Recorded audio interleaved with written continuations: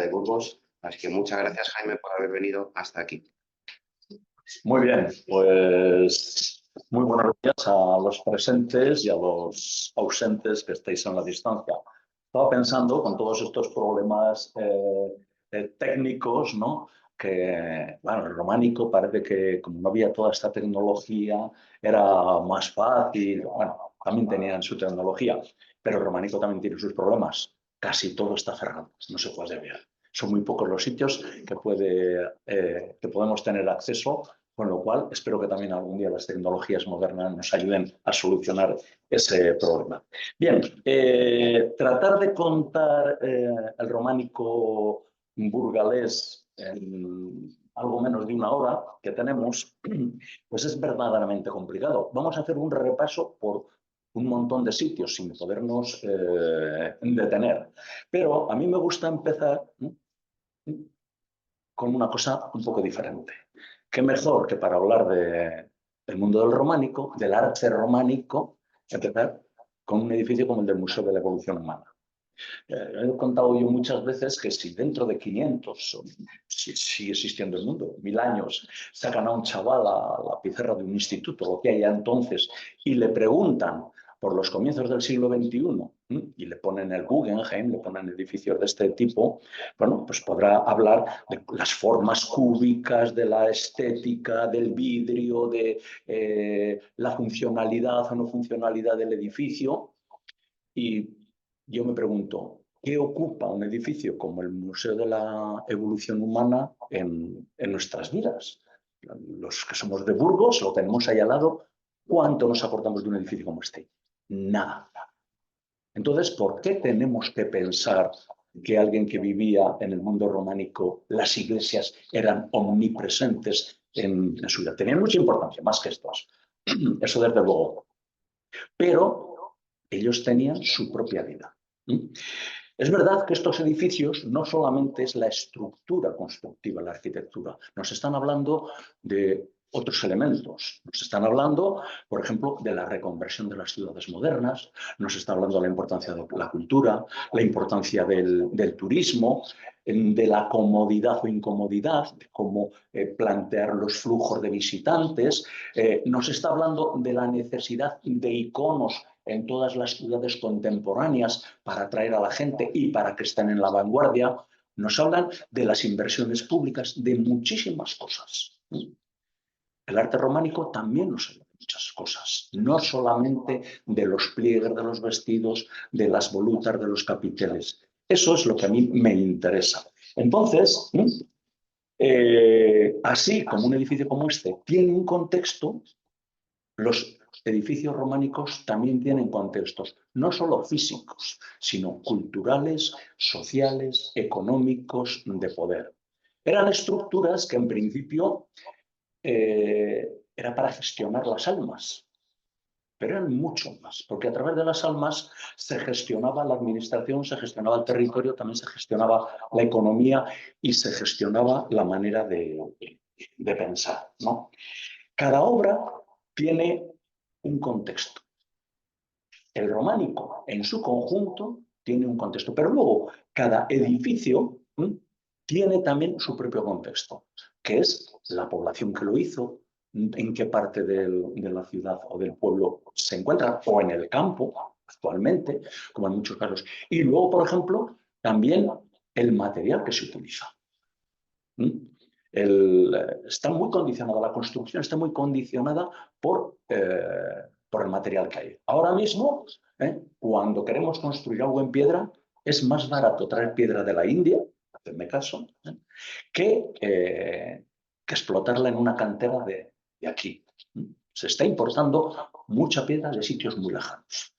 En el mundo medieval, pensar en traer material más allá de 30 o 40 kilómetros aumentaba el coste de los edificios de una manera exponencial. Con lo cual, ahora que se habla tanto de la gastronomía de kilómetro cero, los monumentos románicos también son construcciones de kilómetro cero fundamentalmente. Cuando vemos algo excepcional dentro de un edificio es que había unas circunstancias excepcionales.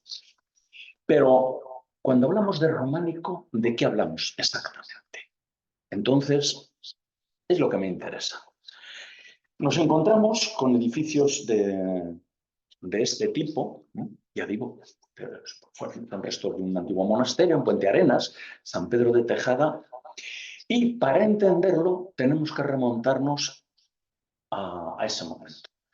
Nos lo dejó escrito un monje de Cluny a principios del siglo XI. Escribió un libro que le titulan más o menos modernamente historias o historias del año 1000, de varias maneras. Y dice en un momento, dice, al aproximarse el tercer año que siguió al año 1000, se vio en casi toda la tierra, pero sobre todo en Italia y en la Galia, reedificar las construcciones de las viejas iglesias, pues aunque la mayor parte estaban bien construidas y no tenían necesidad de ello, una verdadera emulación empujó a cada una de las comunidades cristianas a querer poseer una construcción más suntuosa que la de sus vecinos. De esta manera se podía decir que el mundo mismo se sacudía para despojarse de su vetustez y se revestía por todas partes de un blanco manto de iglesias. Así, casi todas las iglesias de las sedes episcopales, las de los monasterios consagrados a toda clase de santos, incluso las pequeñas capillas de las aldeas, fueron reconstruidas por los fieles ahora más hermosas. Nos está dando noticia de cómo surge el arte románico. Estamos hablando de principios del siglo XI. Aquí tardaría todavía unas décadas en llegar, pero el fenómeno fue ese. El nacimiento del románico coincide con una serie de circunstancias, unas coordenadas que favorecieron mucho el desarrollo. En este momento habían terminado lo que llaman las segundas invasiones, más o menos, los vikingos por el norte, los magiares y eslavos por el este, y los musulmanes habían sido frenados ya por el sur, y entonces los estados europeos, o de la cristiandad, como se llamaba entonces, se consolidan. Tienen muchísimos problemas internos, pero de alguna manera empiezan a avanzar. Hay cierta estabilidad. Hay un desarrollo económico, además, que tiene varios factores. Un aumento de la población, aumenta la superficie de cultivos, se roturan muchos bosques. Entonces, hay un avance tecnológico, se inventa, por ejemplo, la collera para tirar de las caballerías. Hasta entonces se utilizaban los bueyes para arar, pero a partir de ese momento, como fuerza de tracción, son las mulas y los caballos los que se emplean. Los molinos se utilizan, los conocían en época romana, pero en estos momentos se vuelven a reutilizar de todo tipo, de viento, de agua, de mareas, y el arado de vertedera. El arado de vertedera aumenta mucho la productividad porque airea mucho más el campo. Son inventos sencillos, si se quiere, pero que fueron determinantes para una mejora económica. Y coincide, además, con una bonanza climática. Una época que hubo cierto calor, llegó a cultivarse la vid, por ejemplo, en Inglaterra o en Noruega y en zonas de España que ahora mismo ya ha desaparecido desde hace muchos siglos. Eso significa que hay un mayor nivel de vida. Y como hay un mayor nivel de vida, hay excedentes. Excedentes, muchos de los cuales se emplean en la construcción. Este es aunque es un ejemplo más tardío, de la segunda mitad del siglo XIII, ilustra muy bien cómo se trabaja en la construcción de una iglesia. Además, el románico, en este momento de desarrollo, se fija en la época más dorada. Digamos, la sociedad cultural del momento se vuelve sus ojos hacia el momento que se consideraba la edad de oro de la humanidad, que era Roma. La antigüedad clásica, pero sobre todo Roma. Prácticamente Roma ha sido el modelo clásico grecorromano, pero sobre todo Roma, con sus construcciones, con su desarrollo a todos los niveles, ha sido el modelo y sobre todo el desarrollo artístico que se ha seguido en Europa prácticamente hasta principios del siglo XI, cuando empezó a finales del XIX, principios del XX, cuando empezaron las vanguardias que rompen con toda la tradición. Pero el mundo carolingio o prerrománico es en el fondo un mundo que mira a Roma. El románico hace lo mismo. El gótico se aparta un poco, pero siguen considerando que son herederos de todo eso. El Renacimiento, no digamos, y luego el neoclásico. Le ocurre lo mismo. Roma había sido el referente. Para el mundo románico, Roma es el referente. Por eso el nombre de arte románico, aunque este nombre se le da en el siglo XIX. Ellos no tenían esa concepción, ¿no?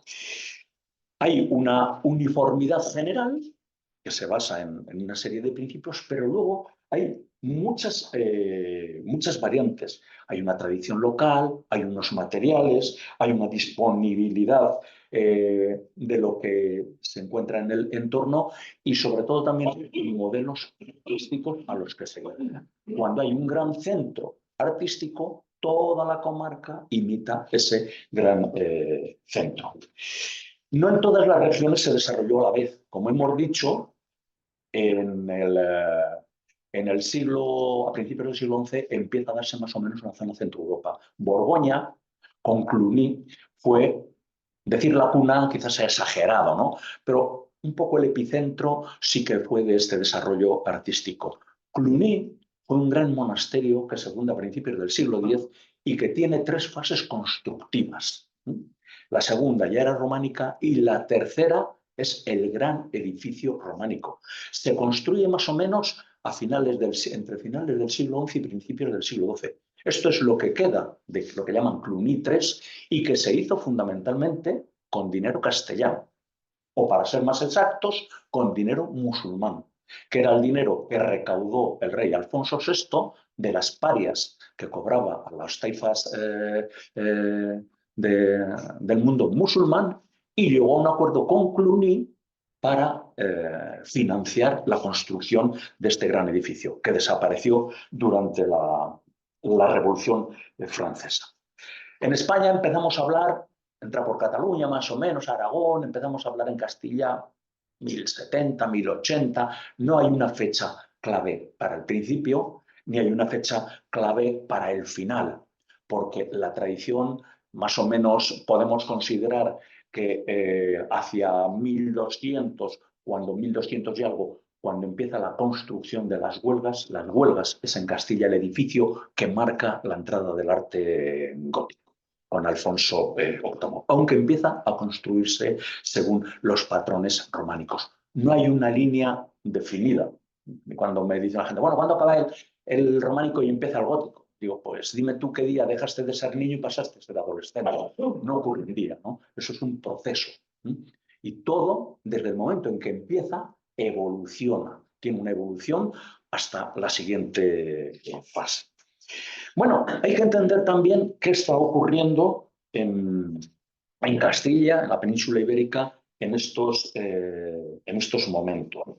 Pues más o menos en la época de Fernando I, a mediados del siglo XI. Fernando I fue el rey que después de unos 150 años con una frontera más o menos establecida en torno al Duero, supera ese río y empieza a conquistar. Es difícil hacer un mapa como pongo aquí, en el siglo XII, porque el siglo XII son 100 años y las cosas varían mucho. Pero para hacernos una idea, vemos en rojo los reinos cristianos más o menos. Hubo también un gran avance en Aragón, con el rey Alfonso I el Batallador, a principios del siglo XII.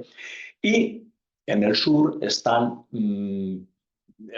el califato se había desintegrado a principios del siglo XI, surgen los reinos de taifas, llegan los almorávides que reúnen a todos esos taifas de nuevo, pero a mediados, prácticamente a partir del segundo cuarto del siglo XII, se vuelve a desintegrar en nuevos taifas, lo que se llaman los segundos reinos de taifas, ¿no? Hay mucho cambio, pero para hacernos una idea, estaría repartida la península ibérica más o menos así, con una zona central, que sería la zona pues más o menos de Castilla-La Mancha, aproximadamente, que era zona de disputa, ¿no? Y en estos momentos, de finales del siglo XI, cuando está empezando el románico, se fundan las grandes ciudades castellanas del sur, Salamanca, Segovia, Ávila, que es muy curioso. Pocos años después, un geógrafo musulmán, Idrisi, dice que no son verdaderas ciudades, sino una suma de aldeas que se juntan entre sí. Y esto tiene una razón por la que explica también muchas veces el románico, como veremos un poquito más más adelante, ¿no? Con el rey Alfonso VI hay un giro radical. Alfonso VI es un rey muy modernizado. Él tiene varias esposas europeas. Es el que se pone en manos de Cluny. Cambia el rito tradicional en la iglesia mozárabe pasa a ser el rito en romano. Cambia hasta el tipo de letra que se utilizaba en la Cancillería regia y empieza a repartir los obispados de sus reinos a franceses. E incluso encarga gran parte de la protección del reino y la fundación de estas ciudades del sur de Castilla a gente que había traído de Francia, Raimundo de Borgoña y Enrique de Borgoña, que les casa con dos hijas suyas. Entonces, es el rey que empieza a mirar mucho a Europa y es el que introduce tanta cultura europea que cuando llega el románico. Fromista, a pesar de la reconstrucción tan enorme que tiene, sería el modelo de este primer románico. Ya digo que terminará con las huelgas, líneas generales, estamos hablando de unos 120, 130 años, pero las huelgas, esta cabecera, que es clásicamente ya francesa, gótica, todavía cuenta con las claustrillas románicas. Un capitel muy curioso que es una fachada de un edificio románico que en cierto modo nos recuerda a un edificio de esta época, Santo Domingo antiguo Santo Tomé, en la ciudad de Soria, ¿no? Bueno, es una época verdaderamente de renovación y de impulso que cambian las estructuras políticas y administrativas. Nosotros somos herederos de esta época, somos los directos herederos. Es cuando, con esta modernización que hace el rey Alfonso VI, cuando se conforma más o menos la sociedad de la que somos más directos herederos. Es cuando se fundan muchos de los pueblos en los que seguimos viviendo. Es cuando las lenguas romances, como el castellano, empiezan a separarse definitivamente del latín y se convierten poco a poco ya en lengua de la Cancillería y en lengua, vamos a decirle, culta, y es incluso cuando surgen nuestros nombres y apellidos. O sea, ese es el vínculo y es el primer gran arte transversal en toda Europa desde la antigüedad romana. La antigüedad romana, además, había estado circunscrita a la cuenca mediterránea. Esta pasa estas fronteras del Danubio y del Rin y llega hasta los países escandinavos. Y bueno, ya sabemos cómo surge el románico, pero ¿qué es una iglesia en esta época, no? Pues una iglesia es la parroquia. Es la parroquia. La parroquia es algo mucho más que un lugar de culto. Es el templo y es el ayuntamiento. Tiene esa misma función. Yo digo muchas veces que casi los ayuntamientos tendrían el mismo derecho para inscribir en el registro las iglesias románicas, puesto que ahí, hasta épocas muy avanzadas, en algunos sitios, prácticamente hasta el siglo XX, se han celebrado las reuniones de los ayuntamientos a campana repicada, como tenemos por costumbre. Hacemos ayuntamiento, de ahí viene la palabra, a campana repicada según tenemos por costumbre. Hay pueblos, visto, donde todavía se guarda fuera la mesa del concejo. Y en un pueblo como el mío, en Gumiel de Mercado, en la iglesia de San Pedro, aunque es gótica, todavía se conservan los asientos donde se reunía el concejo. Para los más altos representantes, un asiento más elevado. Para el resto, un asiento más bajo, ¿no? Ya digo, es un ente administrativo. De hecho, en Galicia todavía a los pueblos se les llama parroquias, ¿no? Es el lugar donde uno entra en la sociedad a través del bautismo. Las pilas bautismales no estaban dentro de los edificios, estaban fuera, porque hasta que uno no se bautizara no podía entrar dentro de la iglesia, como ocurre ahora más o menos en muchas mezquitas musulmanas que tanto nos llaman la atención. Es el lugar donde se celebra el matrimonio, que ha perdurado prácticamente hasta ahora. Y es el lugar donde uno va a reposar junto a los muros de la iglesia. Solo gente muy, muy privilegiada puede enterrarse dentro. En la Edad Media los cementerios están en el exterior. Es a partir del siglo XVI cuando empiezan a entrar dentro y luego de nuevo en el siglo XIX se sacan una vez fuera. Y es el sitio, ya digo, donde se reúne el concejo. En muchos lugares, todas las iglesias prácticamente tenían un pórtico para proteger a esta reunión del concejo, y a veces ese pórtico no son simplemente de madera, unos postes de madera con una tejabana, que ahora en muchas restauraciones se quita porque no tiene un valor artístico. Un error muy grave porque forma parte también de la estructura del edificio. Otros tienen un privilegio de construir un pórtico de estas características que sirve para la reunión del concejo, fundamentalmente. Pero además,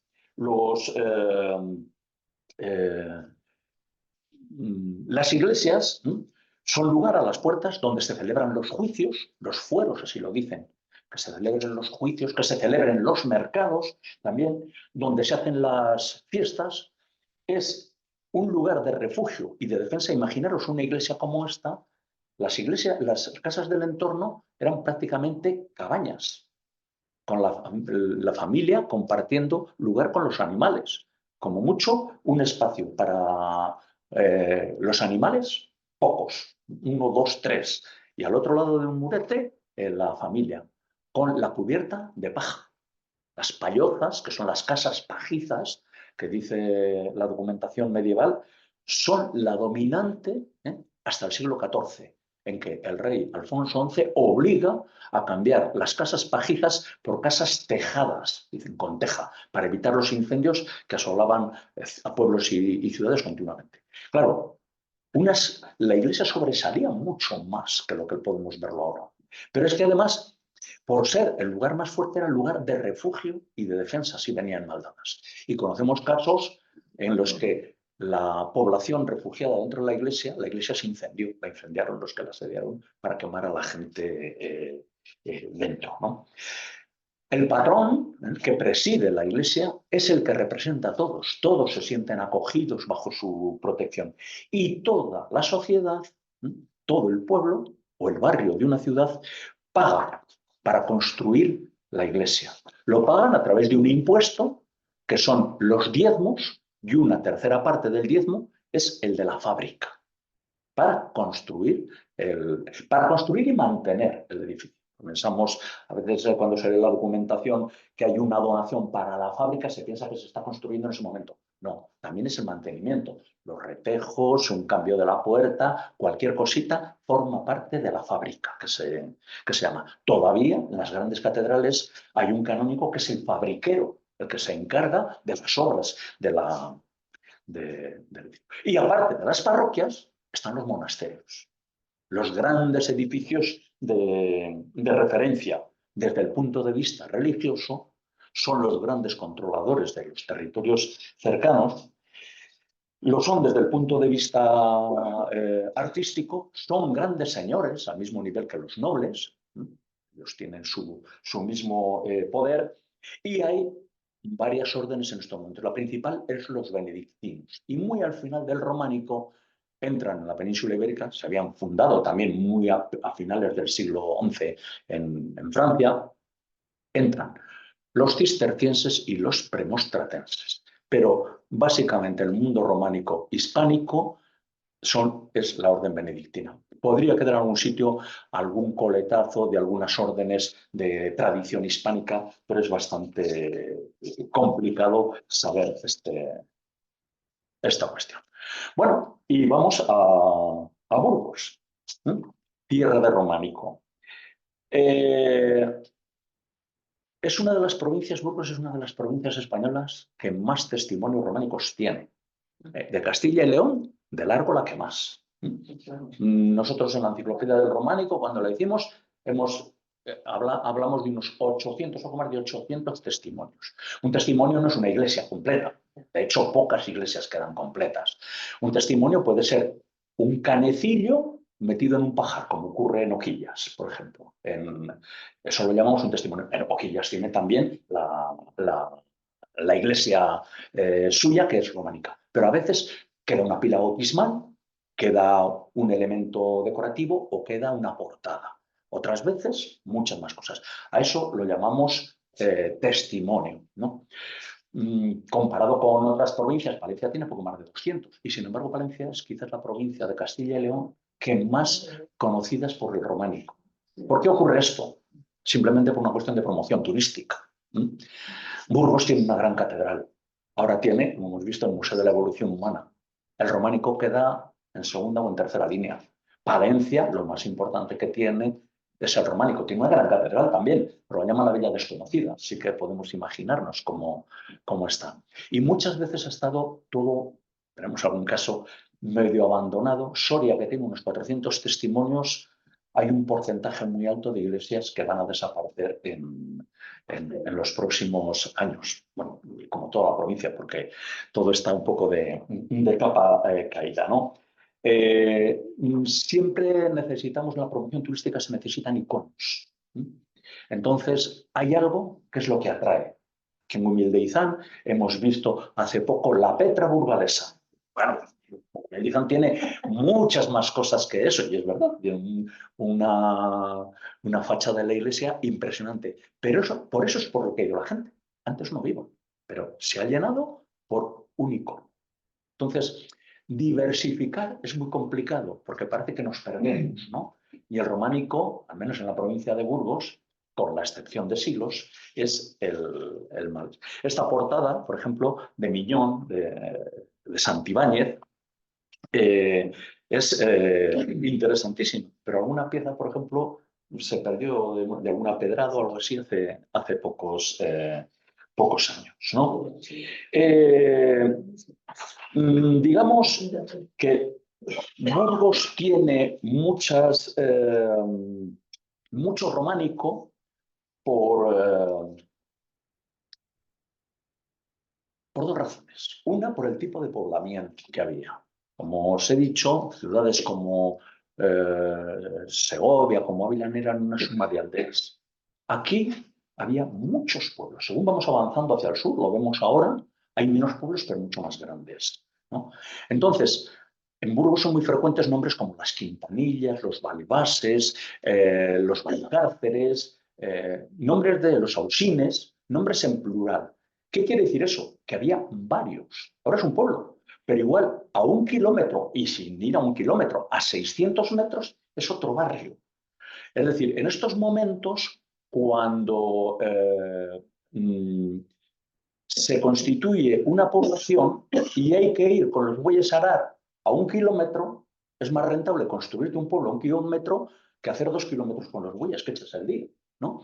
Entonces, por eso surgen muchos pueblos y cada pueblo tiene que tener su parroquia. Es indispensable. Si no, no es pueblo. Es una alquería, es un caserío, como lo queramos llamar. Pero, y muchas de las ermitas que vemos en el campo son antiguas parroquias. Hay un documento muy famoso de la tierra de Roa del siglo XIII que describe los pueblos que pertenecen a Roa. Más de la mitad han desaparecido de los que pertenecían. Ahí, si conocéis Olmedillo, la zona de Olmedillo, hay una ermita a 1 kilómetro y pico de Olmedillo que es la Sardilla. Pues ese documento habla de Olmedillo como un pueblo, Basardilla como otro, y Quintanilla, que está entre Olmedillo y Basardilla. O sea, imaginaros en qué distancia había 3 pueblos. Luego tenía que haber 3 iglesias, ¿no? Por eso hay tanto, por el tipo de poblamiento que hay. Todavía Burgos es una de las provincias que más núcleos de población tiene y más ayuntamientos tiene. Pero claro, el nacimiento es gracias a esto. La conservación es por algo peor. ¿Qué pasa? Pues que desde el siglo XIII este territorio está bastante anquilosado.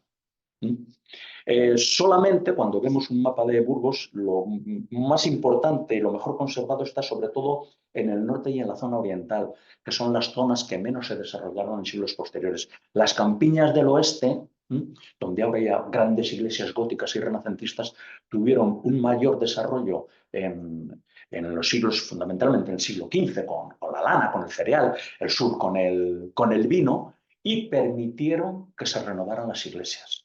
En los pueblos más pequeños no hubo dinero, ni siquiera la necesidad, porque en muchas de estas iglesias entran 50 personas y los pueblos hasta hace 4 días han tenido esas 50 personas. No necesitaban ser más grandes. Entonces, el problema es ese, que no ha habido vitalidad económica en muchos lugares desde el siglo XIII y por eso no ha habido necesidad de derribar la iglesia para hacer otra nueva. Es verdad que también hay que agradecer a todos estos pequeñitos pueblos que han sabido mantener durante siglos las iglesias, ¿no? Ya digo, la población no ha crecido. Desde las Navas de Tolosa, fundamentalmente, se abren las puertas de Andalucía y hay una emigración muy grande hacia el sur, donde la tierra es mejor, donde hay nuevas oportunidades e incluso los grandes títulos de la nobleza, los Medinaceli, los Alba, los Frías, son títulos del norte, pero que toda su riqueza la tienen en el sur, ¿no? Entonces, estos pueblos quedan en una retaguardia ya medio abandonados. Bueno, en definitiva, lo que se puede concluir es que el románico fue un fenómeno rural, porque hasta las ciudades que incluso podían estar rodeadas por alguna muralla o alguna empalizada, eran pequeñas.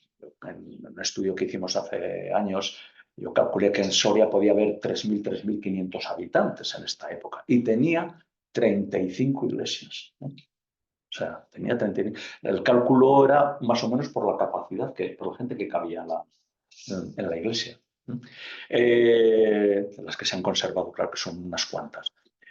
Entonces, ya digo, el románico es un fenómeno rural y el gótico es un fenómeno fundamentalmente urbano. No deja de ser llamativo que Burgos, que era una de las ciudades más importantes, prácticamente no tenga nada, salvo las claustrillas, porque está integrado dentro del gran edificio, y unos capiteles, unos arcos que se ven todavía junto a la catedral, que son más góticos que otra cosa, ¿no? No hay restos románicos que yo conozca, por lo menos en la ciudad de Burgos.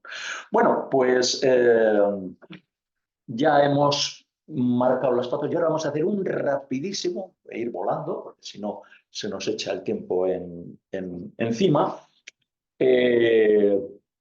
haciendo un repaso a lo más significativo de las iglesias del románico de Burgos. Y parto para ello de este libro que hemos publicado en diciembre y que lo llamamos románico imprescindible porque recoge 12 testimonios de la provincia de Burgos.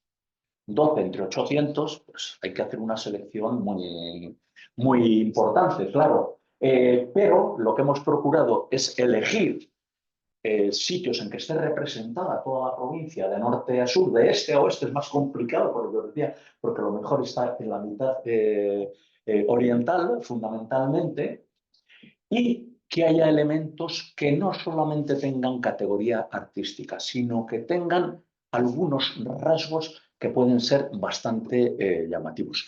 Todos ellos, por un motivo o por otro, son importantes. En la Ribera del Duero hemos incluido uno, no hay mucho en la Ribera del Duero, pequeñitas cosas, que es el número 12, que es la ermita de Coruña del Conde, que a mí me parece un edificio con muchísimo encanto y con mucho trasfondo. Lo que vemos en Burgos es una gran amplitud cronológica y una gran variabilidad de materiales, de estructuras, de todo tipo, ya digo, para condicionar mucho, para encuadrarse en el entorno. Pero, sobre todo, hay un carácter importantísimo, volveremos sobre ello más adelante, que es el paisaje. Muchas de las iglesias románicas de Burgos están en un entorno maravilloso, o en pequeños pueblos o en el campo. Unos edificios de estas estructuras, como que tienen 8 o 10 metros de altura, en una ciudad, pasarían desapercibidos, como ocurre con el románico que se conserva en grandes ciudades, que es poquito, precisamente por la presión urbanística que ha habido. En el siglo XX todavía se han derribado iglesias románicas en algunos lugares, ¿no? Incluso en Burgos, ¿no? se conoce por fotografías alguna en el norte. Pero bueno, en todo caso, ya digo, todos estos edificios son emblemáticos. Cuando repasemos, quizás alguien puede considerar que hay otros que podrían ser más, pero como suelo decir, cada elección es una renuncia y si incluyes uno, hay que quitar otro, porque tienen que ser 12. Empezamos por el norte, por Vallejo de Mena, diócesis de Santander. Está en Burgos, pero es diócesis de Santander. Es una iglesia que fue de los hospitalarios. A todos nos gusta decirlo, todo ha sido de templarios. ¿No? La mayor parte de las posesiones aquí fueron de hospitalarios. ¿No? Lo que pasa es que la Orden del Temple ha cogido una fama muy moderna, desde mi punto de vista bastante injustificada, porque, por ejemplo, gracias a una cobardía de la Orden del Temple, surge la Orden de Calatrava, que el rey Alfonso VIII les encargó la custodia del castillo de Calatrava en La Mancha y dijeron que ellos no se quedaban allí contra los almohades y dijeron dos monjes de Fitero, del abad, y un monje que había sido soldado, Diego Velázquez, dijeron, bueno, nos encargamos nosotros. Diego Velázquez era burgalés y acabó siendo abad de San Pedro de Gumil de Izán, donde estuvo enterrado. Sabéis, no queda nada de San Pedro de Gumil de Izán. Ellos fueron los que hicieron la defensa exitosa de Calatrava y crearon la Orden de Calatrava, que fue de las más importantes.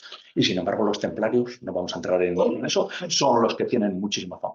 Bueno, este es un edificio muy emblemático por esos volúmenes que tiene. Hay muchas respuestas.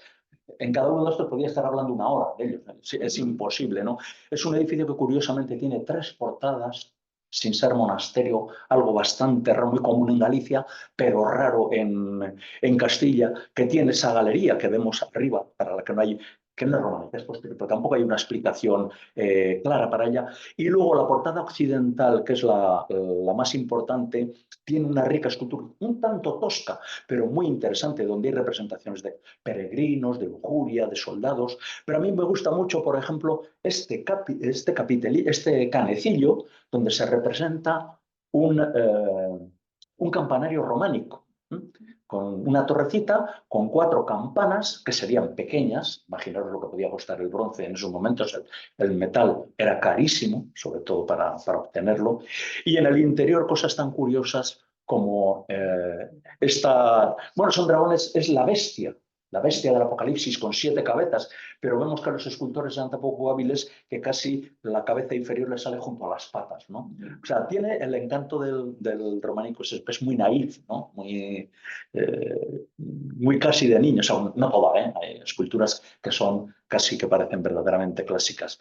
Y junto en toda esta zona, desde Vallejo de Mena, hay otro edificio tan importante que es este de Siones, que también relacionado siempre con la Orden del Temple, que no es verdad, o iglesias como esta del Vigo con el Encantador, solamente queda el tímpano, pero es muy, muy interesante, Jesús con la cruz a cuestas, o este otro también totalmente, digamos, infantiloide, ¿no? De esos personajes y el dragón, el león devorando a uno en Allega. Bercedo son iglesias. El norte de la provincia es donde más concentración hay en la zona de merindades, pero también hay muchos edificios abandonados, casi colapsados. Hay fotografías aquí de las que vemos, algunas son viejas, de cuando hicimos la enciclopedia del románico, finales de los años 90, y en algunos casos los edificios están en mejor situación ahora, en otros están bastante peor. Ya veremos alguna imagen.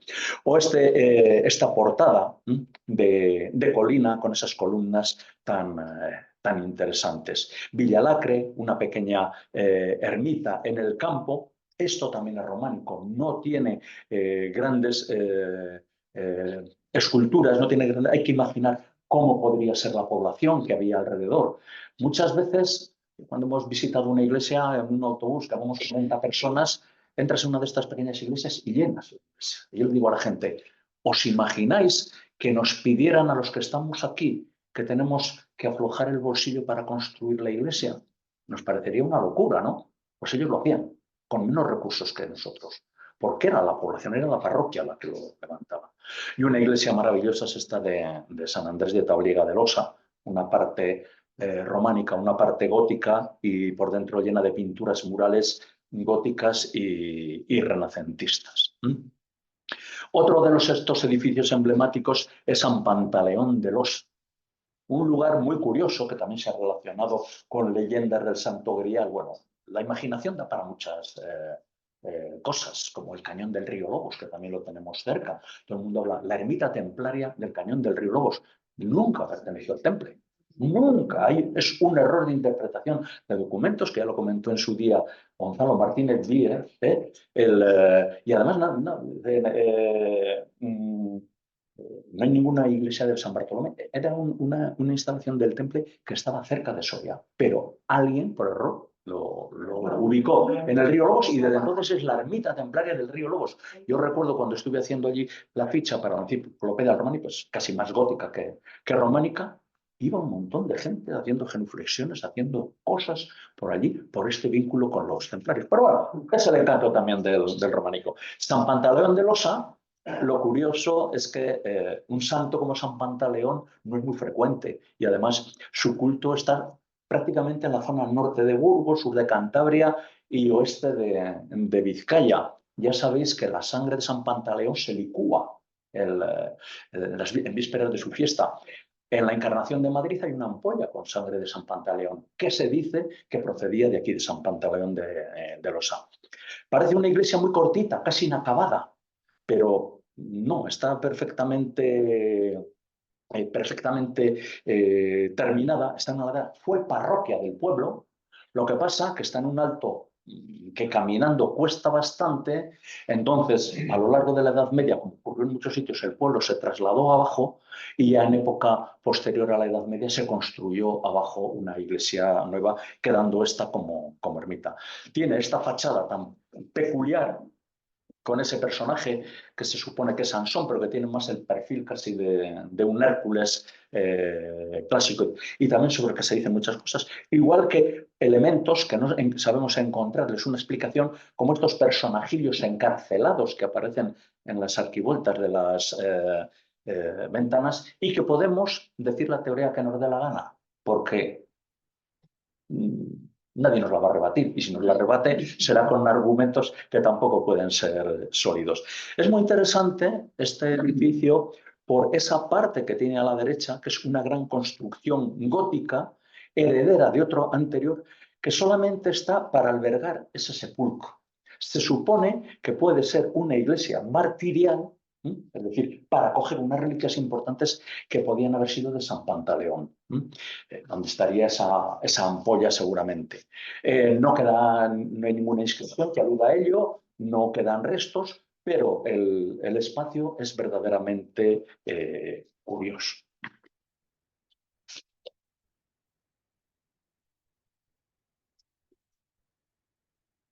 Pues en el entorno de San Pantaleón podemos acercarnos a iglesias como esta, de Lastras de Teza, Nuestra Señora de la Concepción. Vemos que casi todas las iglesias románicas tienen un adosado al lado. Ese adosado puede ser muy variable, pero lo normal es que sea la sacristía. Las sacristías se empiezan a construir en las grandes ciudades prácticamente en el siglo XV y en los pueblos muchas en el siglo XVII y siglo XVIII. Deforman la estructura original, en algunos casos se han llegado a quitar porque entorpecen la visión, ¿no?, idílica de la iglesia románica, pero en realidad también forman parte de la iglesia, ¿no? Este otro caso es más curioso, en la cerca, cómo se eleva el edificio, la cabecera. Probablemente igual quisieron elevar todo el resto de la iglesia y no les llegó el dinero, que era lo más frecuente. Otra iglesia más humilde, de sillería, de mampostería, en criales, o esta portada tan curiosa, también sumamente tosca, pero con esa capacidad creativa que tenían los románicos en Almendres. Y esta de Villarán, perdón, que esta es una foto antigua, ahora está mejor conservada, se restauró un poco más la iglesia. Pero bueno, esta me parecía muy, muy bonita con toda esa floresta alrededor que prácticamente se la iba comiendo.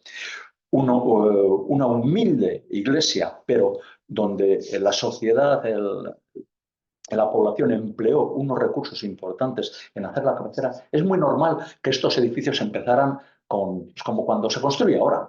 Vamos a hacer, vamos, algo extraordinario. Y a las primeras de cambio se te acaba el dinero. Entonces, luego ya vas rebajando y muchas veces detrás de una cabecera de sillería hay una nave de mampostería, ¿no? Pero bueno, San Zadornil, con una torre, las torres son frecuentes en Burgos. Por ejemplo, en una zona como en Palencia son bastante más raras. Es un elemento muy noble, porque es un elemento también de fortificación, no solamente es para, funciona como campanario. Vemos en estas ventanas que las inferiores son saeteras. Eso no tiene ahí función de campanario. Las campanas están arriba e incluso algunas de ellas seguramente se han abierto en época posterior. Es un elemento también para vigilar el entorno y sobre todo de poderío de esa población. Construir una torre cuesta mucho más que hacer una espadrón. Bueno, tercero de los edificios que hemos recogido en ese libro es San Vicentejo de Treviño, en el condado de Treviño. El condado de Treviño tiene bastante pobreza en románico, pero este es un edificio extraordinario. Es de propiedad privada, pero afortunadamente sus propietarios permiten visitarlo. Y es extraordinario por la composición de la cabecera, que se ve aquí, con todo ese juego. Por ejemplo, empiezan a hacer el ábside, en vez de hacerlo semicircular, lo hacen poligonal. Y a cierta altura lo convierten en semicircular, por eso tienen que hacer esas franjas, no sé si se ve, no, a ver. Bueno,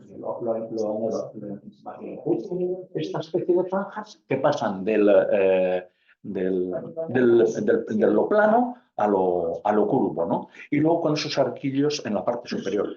Es también raro por la posición de la portada.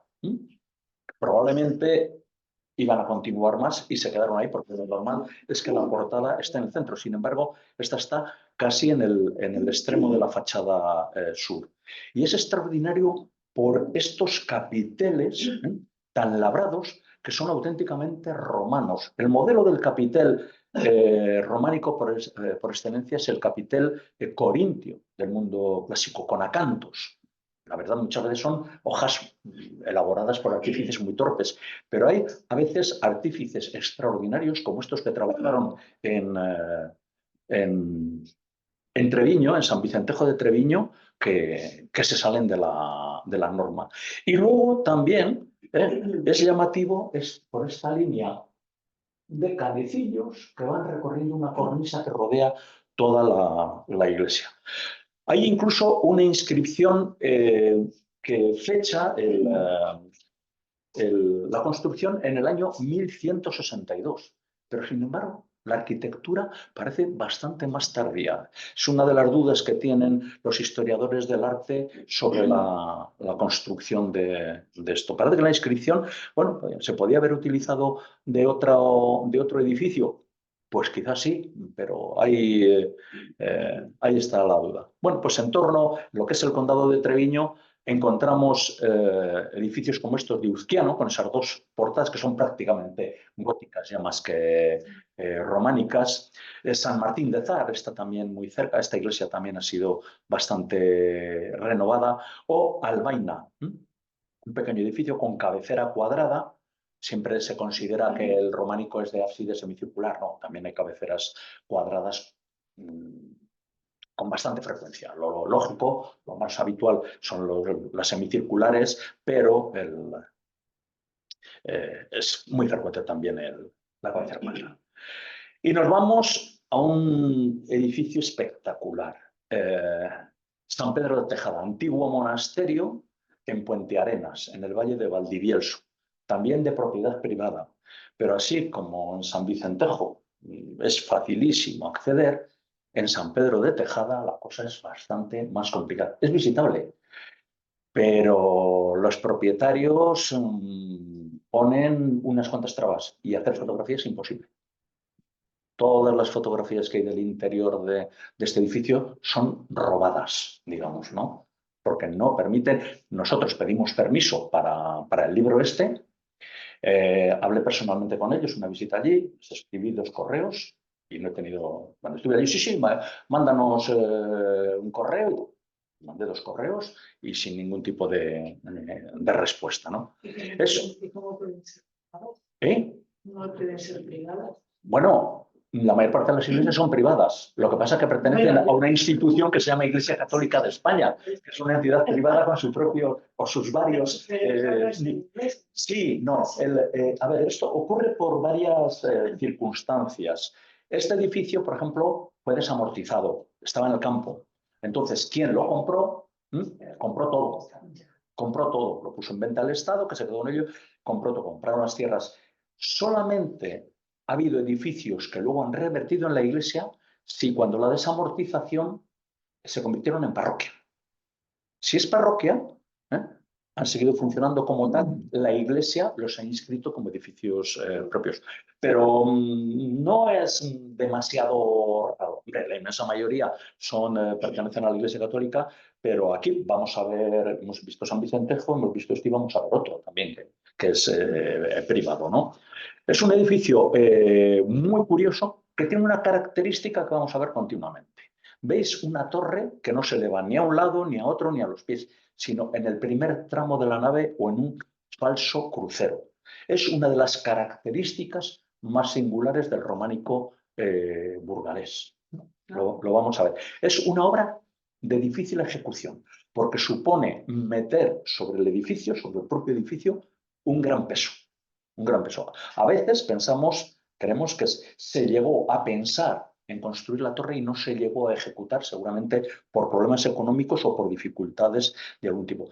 Este es uno de los pocos edificios que hay en la provincia, digamos, uno de los grandes, que es todo el románico. No tiene ni añadidos ni cambios de ninguna otra época. Era un pequeñito monasterio, un lugar encantador, está en una zona preciosa. Y además tiene una escultura muy rica, un montón de canecillos figurados. Es otra de las características del Burgal. Si vamos, por ejemplo, a Galicia, no nos encontramos, o a Cataluña, es muy difícil encontrar escultura. En Castilla es muy abundante, con temas de lo más variopinto. Muchos animales, como podemos estar viendo aquí, o incluso estos exhibicionistas, vemos hay una mujer con un niño y los 2 exhibicionistas que, bueno, a él le han dado una pedrada, ¿no? En algún momento. Lo vamos a ver también en algún otro caso. Y luego hay cosas muy curiosas en esta portada, también esos personajes que están en torno a la vida de Cristo. Y a mí me encanta esto. Esta es una última cena, pero solamente hay 2 junto a Cristo. San Juan, que siempre se encuentra recostándose, y Judas, al que le está dando el trozo de pan, ¿no? Acusándolo. Los demás eran figurantes. Entonces, ¿para qué? No tenía sitio donde meterles aquí el escultor y dijo, con estos 2, vale. El interior es verdaderamente espectacular también, con toda la cubierta de toba, en piedra de toba, para que pese menos, ¿no? Y con toda esta decoración. Había en el interior también, hasta el siglo XX, un retablo gótico, que ahora se conserva en el Museo de Burgos, y un calvario del siglo XIV, el retablo era de principios del XVI, más o menos, tardogótico, y un calvario del siglo XIV que está en el Museo Marès de Barcelona. Había piezas escultóricas que están fotografiadas, pero que han desaparecido. Y hace escasamente 2 meses se ha recuperado esta pieza en Barcelona, que va a salir a subasta, lo ha comprado la Junta de Castilla y León y procede también de este mismo monasterio. San Pedro de Tejada crea un modelo que se ve repartido por muchos sitios. Esta iglesia está muy cerquita. Esto es el Almiñé, San Nicolás del Almiñé, que se renovó la cabecera en época tardogótica. El interior está llena de pinturas, también góticas, ¿no? Pero vemos incluso la portada ya es del siglo XVII, XVIII, y la torre también es del mismo modelo, en el primer tramo de la nave. Valdenoceda, que se ve aquí, la vemos un poco a lo lejos, porque el paisaje también, como os decía, es muy importante, junto a la Torre de los Velasco, Lo mismo, la iglesia que tiene también transformaciones en épocas posteriores, pero con la torre en el primer tramo, muy característico de ahí. Otros edificios más simples de este entorno, pues Villarías, ¿no? San Cristóbal, este todavía más humilde, Villa Comparada de Rueda. Aquí vemos una cosa, si os fijáis, que llama la atención si visitáis las iglesias. Vemos que las ventanas románicas están cegadas y luego que se han abierto dos ventanas posteriores. Bueno, ¿qué sentido tiene cerrar la ventana románica para abrirte unos boquetes posteriores? Pues es muy frecuente. ¿Y a qué se debe esto? Pues se debe a que en época románica no había retablos, como muchos frontales de altar pequeños. Entonces, el altar, que está mirando siempre a oriente, por donde nace la luz es la vida, el ocaso, las tinieblas es la muerte. Por eso los muertos también miran hacia la salida del sol, no a Jerusalén, es hacia la salida del sol, porque lo dijo Cristo, ego sum lux mundi, yo soy la luz del mundo. Y la luz procede de Oriente, ¿no? Entonces, la luz entraba por estas ventanas. Cuando a partir del siglo XV se empiezan a hacer los retablos, estas ventanas quedan inutilizadas y claro, la iglesia se queda a oscuras. Entonces lo que se hacen es abrir estas ventanas laterales para poder iluminar la zona del altar. Y eso es frecuentísimo. Otra iglesia, Escaño, en Burgos, que tiene una inscripción en el interior maravillosa, o esta otra de Butrera, una de las más importantes también que por la zona. Siempre vemos esta implicación en el paisaje que me gusta a mí resaltar, ¿no? San Martín el Rojo, o incluso este, que es un edificio románico, pero excavado en roca. Lo llaman ermitorio, pero era una iglesia, ¿no? Era lo más pobre, ahora nos parece espectacular. Allí en el norte de Palencia, en todo este entorno del oeste de Burgos, norte de Palencia, sur de Cantabria, va mucha gente a visitar la arquitectura rupestre. La iglesia más visitada es una iglesia que todavía está en uso, en Olleros de Pisuerga. Y yo les digo, porque les parece lo más complicado, es lo más sencillo. Con unos picos, y una vez que pasas el primer metro de roca dura, en realidad el resto es arena o por lo menos una arenisca muy, muy blanda. Era lo más fácil de hacer. Quienes hacen esto porque no tienen dinero para construir, que era lo más caro, ¿no? Pero ahora nos llama la atención.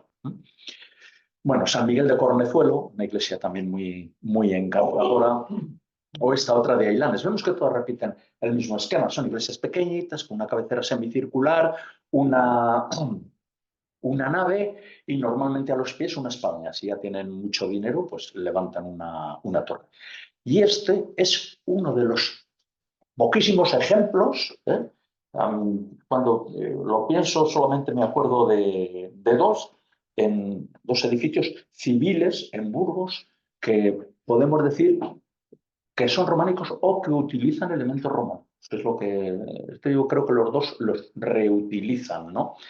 Este es el castillo de Frías, que tiene estas ventanas ajimezadas preciosas y en ellas hay varios capiteles románicos de muy buena calidad. En uno de ellos además aparece un centauro, mujer, dando de mamar a un niño. Es una preciosidad.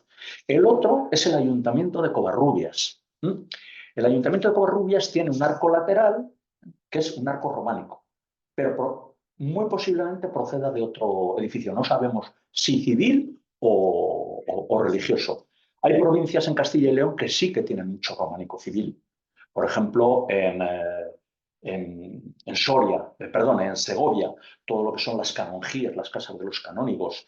En Zamora, el barrio comercial, son otro tipo de estructuras. Y hay incluso una casa románica muy cerca de aquí, de la Ribera del Duero, pero está ya en Segovia, en Aillón. En Aillón hay una casa también románica. Pero en Burgos no me viene a mí ahora a la memoria, excepto esto que os comento, ningún otro. Otro de los edificios imprescindibles, Rebolledo la Torre. Lo único que queda es el pórtico. El resto de la iglesia, excepto la portada también, el resto de la iglesia se reformó a partir del siglo XVI. Pero es un edificio, el pórtico este es una de las maravillas del románico burgalés. Aquí lo vemos en el interior. Sabemos exactamente cuándo se hizo, a ver si no me olvido yo de la fecha exacta, no quiero meter la pata, en el año 1186, y sabemos que lo hizo Juan de Fiasca, un personaje que procedía de Líbana. Ahí lo que está marcado con amarillo es donde está la inscripción, bastante complicada de leer, y su escultura es verdaderamente maravillosa, ¿no? Hace mucha vegetación que luego además se reparte por toda la zona, y elementos como estos, con Sansón desquijarando al león, o esta encantadora lucha de caballeros entre un soldado cristiano y un soldado musulmán. Lo sabemos porque, aunque visten igual, el soldado cristiano utiliza, es el de la derecha, el escudo de cometa, escudo de origen normando, y el musulmán sigue llevando la rodela circular. Por eso el cristiano le está rompiendo el casco y le está matando. Relativamente cerca, la piedra, también con una cabecera maravillosa. Fuenteúrbel, la iglesia es muy interesante y muy llamativo es este capitel que ha estudiado un compañero mío y que recoge una tradición nórdica de cómo se construye una espada dura, ¿no? Vemos que hay un herrero que la está forjando y a la derecha hay un gran pájaro que está defecando sobre un cubo. Lo que hacen es darle hierro, virutas de hierro mezcladas con la comida, luego recogen los excrementos, los vuelven a fundir y parece ser que el hierro era muchísimo más duro. Bueno, esa es la tradición, ¿no? Es muy llamativo. En la zona de Villadiego, edificios como este de Boada de Villadiego, este edificio muy curioso, en Villaute, con dos ábsides, lo normal es que haya uno o haya tres, pero no dos. No se ponen tampoco de acuerdo muy bien los estudiosos del arte a qué se debe esto. O Arenillas de Villadiego. Villanoño, también una iglesia muy pequeñita, pero muy bien construida, y un par de edificios que son prácticamente góticos, ya, aunque surgen en la tradición románica y están incluso en la tradición romana. Uno de estos es Villamorón, en un pueblo que no vive nadie, ¿eh? Y que ha habido una asociación que ha sido capaz de recuperarlo. Cuando yo estuve en el año 99 allí, prácticamente la iglesia se venía abajo. Pues bueno, han conseguido restaurarla en una asociación privada, gente del entorno, y ahora están consiguiendo restaurar también el interior, las pinturas que tiene, los retablos y todo. Y al lado, a 1 kilómetro y pico, está Villegas, otro gran edificio. Los dos son además elementos defensivos, ya reforzados en época tardogótica.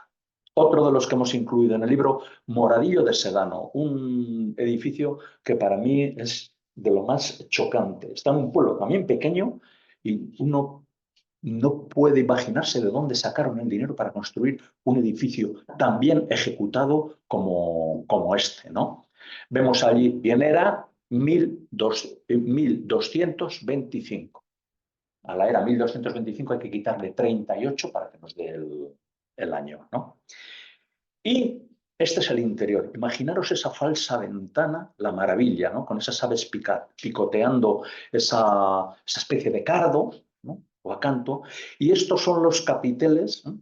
Antes hablábamos, me enseñaban aquí lo que era un capitel pinjante. Esto que vemos aquí en el centro, a ver, esto que vemos aquí en el centro es un capitel pinjante, es decir, que cuelga, está empotrado en el muro, no necesita columna para sostenerse. Y hay cosas tan llamativas como estas. ¿Por qué hacen esta columna? Bueno, pues porque les dio la gana. Simplemente un alarde, ¿no? Una vacilada, diríamos, de los canteros. No se necesita esto. Pero es que además en esta iglesia, igual no se ve muy bien, en esta parte de atrás, si vemos cómo están las piedras colocadas, lo normal es que estén asentadas en horizontal. Están asentadas, pero además perfectamente concertadas, en oblicuo, cada una de una manera, pero bueno, pues lo hacen así porque yo creo que quieren demostrar lo buenos artífices que son, ¿no? Y ahí lo consiguen. Es una iglesia que merece la pena visitar, no es de las más conocidas, pero merece la pena. Y esta es la portada que tiene. Una cosa. Es muy difícil verla porque está dentro de. A ver. Está dentro de este pórtico pequeñito que se hizo en el siglo XVIII y es difícil de verla, pero o fotografiarla por lo menos, pero bueno, sí que se puede ver en todas sus dimensiones. Y al interior se cambió también la cabecera en época postmedieval, pero seguían teniendo un gusto por las cosas bien hechas, teniendo esta es la cabecera moderna, digamos, pero también magnífica. En el entorno, estamos en Sedano. Sedano es una zona poco dejada de la mano de Dios. Esto es Huidobro, un pueblo donde, no sé si ahora habrá alguien, pero en tiempos no vivía nadie. Vemos cómo estaba la iglesia y afortunadamente cómo está ahora, ¿no? Se ha recuperado, pero todo esto requiere un mantenimiento que también es bastante complejo. Aedo del Butrón, con otra, esta zona tiene una riqueza escultórica enorme. La portada de Escalada, Villaescusa del Butrón, vemos también que el pueblo está, la iglesia también se ha recuperado ahora más de lo que está ahí, ¿no? Otro capitel pinjante de estos, ¿no? En Escóbados de abajo, también con una capacidad, una calidad constructiva. Escóbados tiene dos iglesias, la parroquial y la ermita de la Oliva, que sería seguramente un barrio junto al pueblo actual, que es el mejor edificio de allí. Y Gredilla de Sedano, con una coronación de la Virgen, aunque la cabecera y la corona son modernas, no tiene nada que ver con época románica. Iglesias pequeñitas pero con mucho encanto, como la de Crespos. Y nos vamos a otro de los edificios emblemáticos.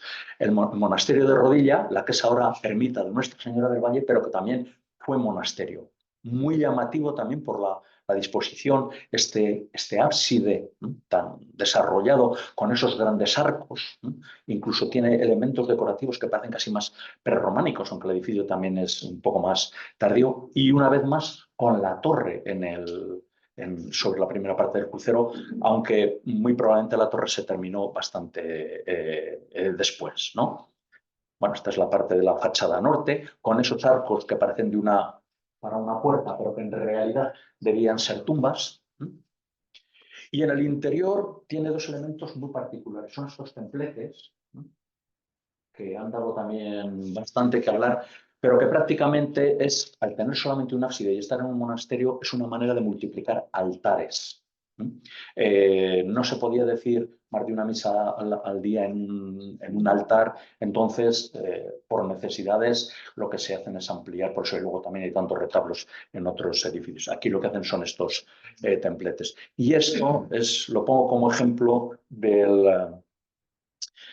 lo que está ocurriendo en muchos de estos edificios, ¿no? Alguien que se acerca con pocas intenciones. Al fondo se ve un alter. Es un juego de tablas muy común en época, ya desde época romana, lo hay en el mundo musulmán, es una especie parecida, digamos, a las tres en roya, para que nos aclaremos. Y aparte en muchos edificios. Y alguien, viene la fecha, el 02, el 2002, ha hecho una declaración de amor ahí que va a ser eterna. No sé si la pareja seguirá todavía, porque ahora no es muy común, ¿no? Pero sería más agravio todavía si se han separado. En fin.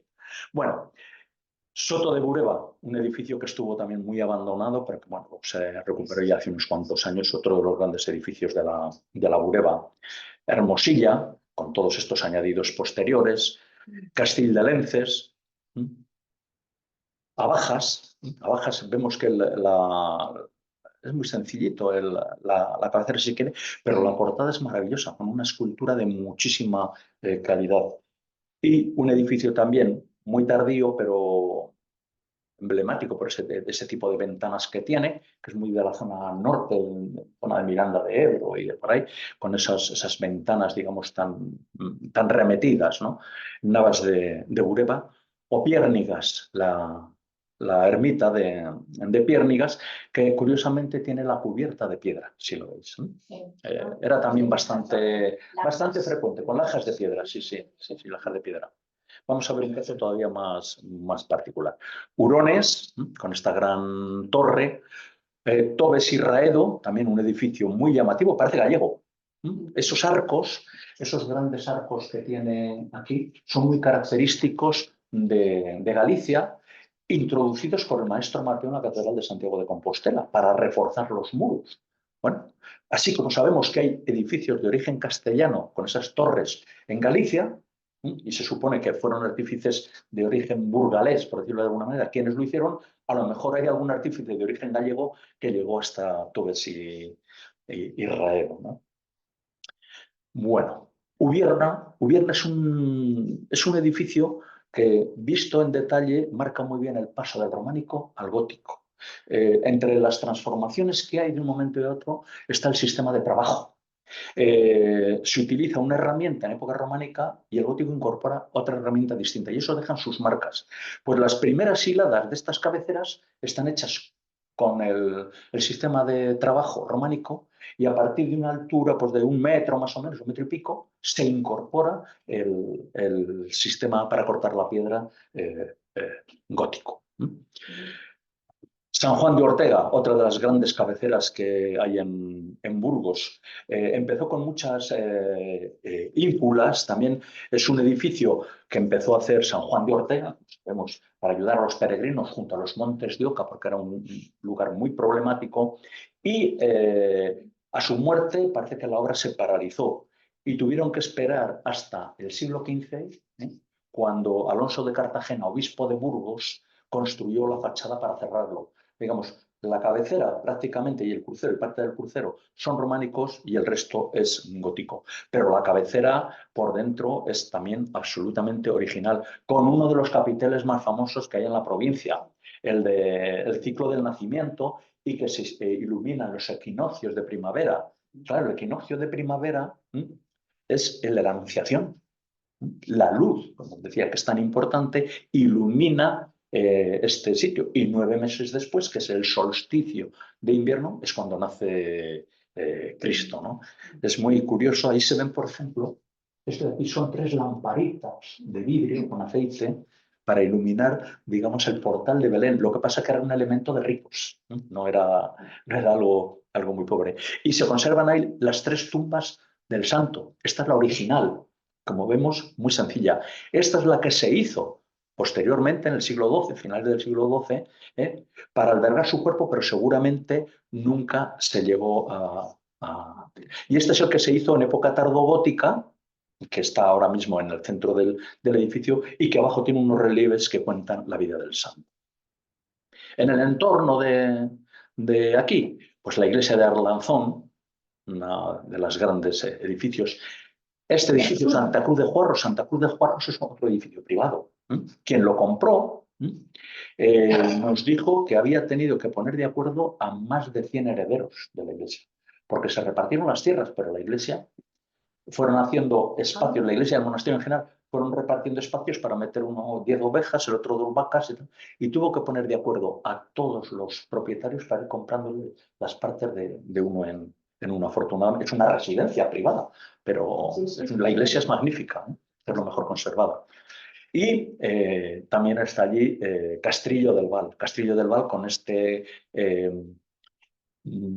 juego tan curioso en el claustro, alternando piedras de colores, que siempre se pone en relación con la mezquita de Córdoba y con el musulmán. No tiene nada que ver. Es una tradición romana también. Los musulmanes siguen esa tradición romana, porque son herederos también del mundo romano, y el románico lo sigue por otro lado, pero no tiene nada que ver. Parece que la mitad de los arquitectos de época románica hubieran conocido Córdoba, y no es así, desde luego, ¿no? Y en Burgos hay que visitar las claustrillas, que es el claustro, aparte del gran edificio que hay, las claustrillas, que es el claustro tardorrománico. Y hay que recomendar también, quien quiera ver buen románico, ir al museo, que tiene piezas de esta categoría. Tiene muchas estelas y capiteles, pero cosas como estas. Arriba el frontal de Silos, donde se conservaban las reliquias de Santo Domingo de Silos, hecho en el propio monasterio, y abajo la Virgen de las Batallas, procedente de San Pedro de Arlanza. Otro edificio privado, San Quirce de los Ausines, magníficamente conservado, muy cerca de Ontoria de la Cantera.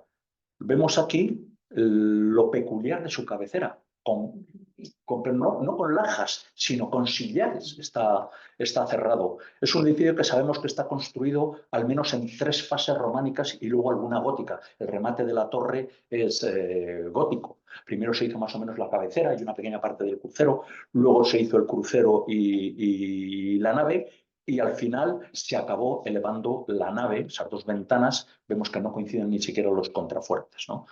Tiene dos portadas, una de ellas es esta, que está inhabilitada, bueno, con escenas de la vida del ciclo de la vida de Cristo, más o menos, y la occidental es muy interesante por esa cornisa decorada que tiene, que vemos aquí, con inscripciones. Aquí le dio por poner muchas inscripciones en este edificio. Habla, digamos, es el ciclo de Adán y Eva, y se interpreta, pero luego también hay cosas muy curiosas, como un personaje que dice Malacago y Ocago. Hay, por ejemplo, aquí dos personajes desnudos, la mujer a la derecha, el hombre a la izquierda, y al lado del hombre pone yo. Es una cosa muy extraña. Hay dos gallos que se ha interpretado como el origen del pecado y la herencia de ese pecado que tiene toda la humanidad. Todo viene por comer una manzana. Y hay una inscripción que dice mala cago, que lo traducen cago manzanas, más o menos, ¿no? Es decir, y luego todos esos pecados de luchas que hay, de los gallos, el orgullo, la lujuria, la violencia, está representado en este edificio. Y en el interior, ¿cómo? Pues ya... Tengo que ir acabando, sí. Bueno, no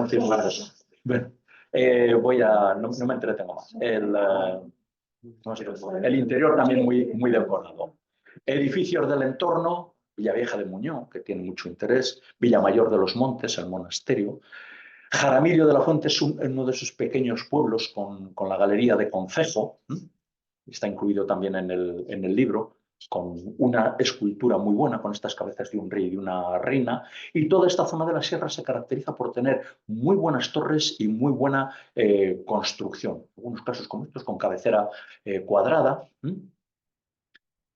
con pórticos como este de Pineda de la Sierra. Son muy frecuentes también los pórticos, algunos de ellos cegados como este del Lara de los Infantes. Silos. Bueno, de hablar de silos es imposible, ¿no? Aquí hay un plano con las distintas etapas constructivas. Lo que se conserva ahora de época románica es la parte que está en color verde oscuro, básicamente, ¿no? El claustro con dos maestros, que se llama el primer taller, alguien muy sofisticado, muy fino, que no se conoce más obra que esta. El segundo taller con figuras mucho más ocultadas, que tuvo una enorme influencia en todo el entorno.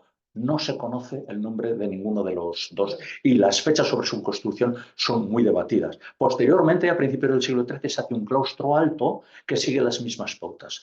Pero Silos, además, conserva también muchas obras, gracias sobre todo a que en 1880 llegó una comunidad expulsada de Francia, los benedictinos de Ligouge, que lo primero que hicieron fue tratar de recuperar todo lo que se había desamortizado y sigue siendo hoy un gran centro cultural. En los alrededores, San Pedro de Arlanza. San Pedro de Arlanza se podrían hablar horas, es el monasterio, el edificio más desgraciado de todo el románico burgalés por 1000 motivos.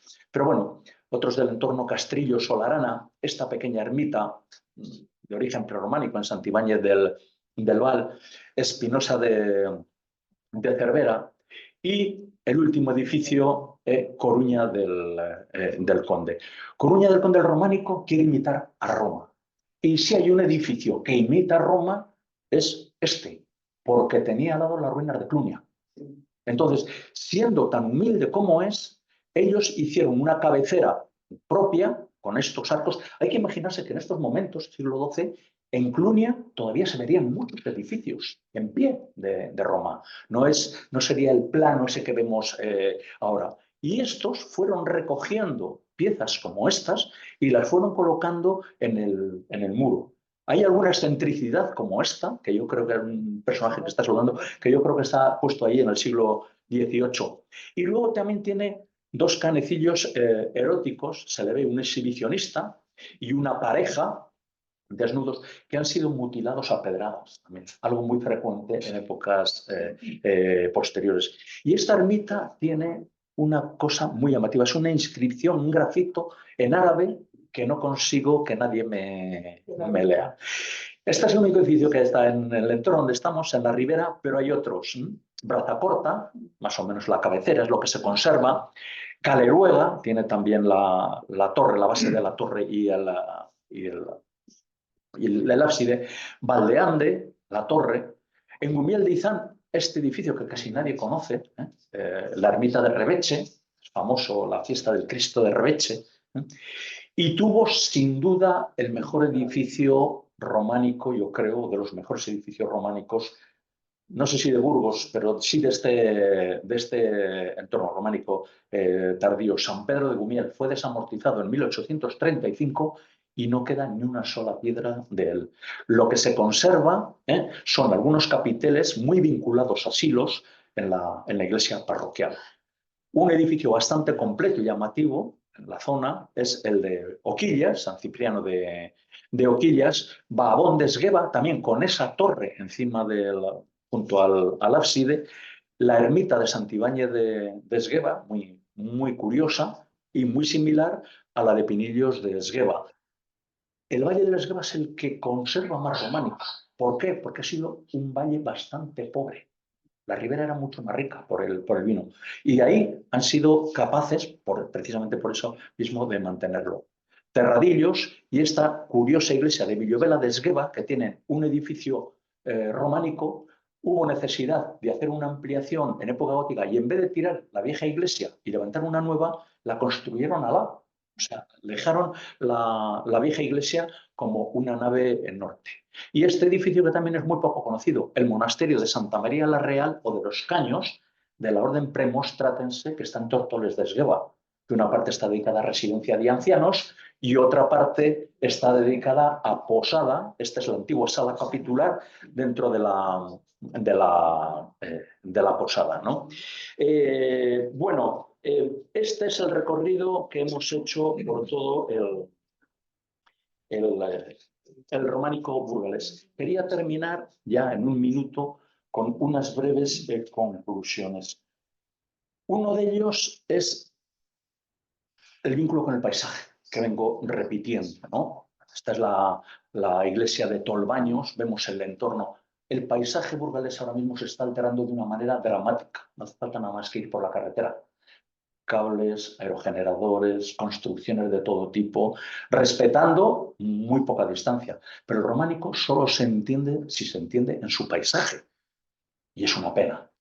Es también un arte que se caracteriza por haberse ido, podemos decir, enriqueciendo a lo largo de los siglos. Esta es la planta del Albiñé. Como vemos, hay una parte románica que es la anaranjada. El resto son construcciones de otras épocas. Los edificios se han tenido que ir adaptando al paso del tiempo y forman parte de su vida. Si hay una característica estrictamente burgalesa, es como ya digo, o fundamentalmente burgalesa, porque también llega por Cantabria, por ejemplo, son las torres que vemos aquí encima de los edificios.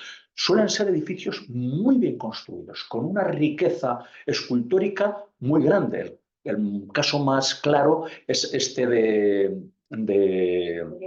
Rebolledo de la Torre. Bueno, aquí. El caso de Rebolledo de la Torre, perdón, que esa era la última, que me voy. ¡Uy! Pulso. Bueno, se me ha ido. Es igual. Yo quería decir que entre todos los artífices que hay en la provincia, prácticamente solo conocemos a uno, Juan de Piasca, que está en Rebolledo de la Torre. Dejó una huella muy grande, pero hubo otros, como los que trabajaron en silos, que dejaron también una... Quería poner la última, sobre todo. Voy a intentar. Si es posible. Sí, vale. Que no dejaron huella. Son gente anónima. No son artistas, como llamamos ahora. En realidad son artesanos. Son anónimos. Pero gente de una calidad que, bueno, en algún momento puede ser gente que vino de Francia, porque hay mucha conexión del románico burgalés final con el mundo de Languedoc, de Aquitania, de toda esa zona. Y yo quería también, por eso quería abrir la última diapositiva, que se me ha ido un poco rápida. Pasa la última,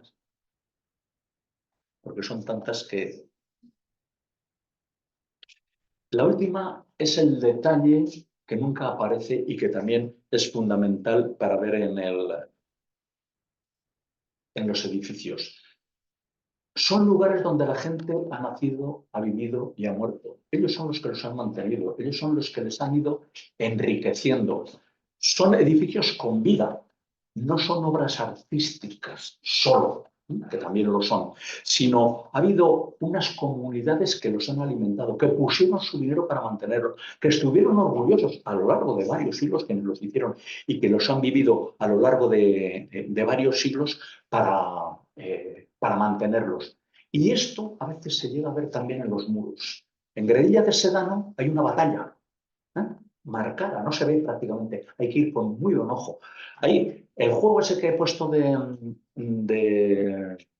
Monasterio de Rodilla también nos dice cómo jugaban, a qué se dedicaban. Y a este, vale. Y aquí lo que vemos, no sé si es un castillo. Es un castillo, lo vemos, se ven las almenas y hay un paisano con una trompeta, y al lado contrario parece que lo que hay es una bandera. Esto tendrá unos 5 centímetros de altura. Está en rebolledo de la torre, nadie lo ve. Nadie lo ve. Todo el mundo se queda con los maravillosos capiteles, pero la gente que vivió en el lugar son los que hicieron esto. Era la gente que se enterraba ahí, la gente que vivía, la gente que lo mantenía. Y esto es también lo que tenemos que ver a través de sus muros. Y eso es lo que os quería contar. Muchas gracias.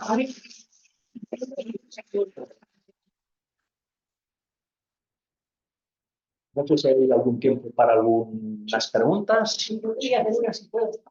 Y si tengo Sí, tiempo, claro. a mí me sorprende muchísimo de los románicos dentro de la austeridad, la sencillez que tiene y la belleza, que Sí. yo creo que ahí está su belleza.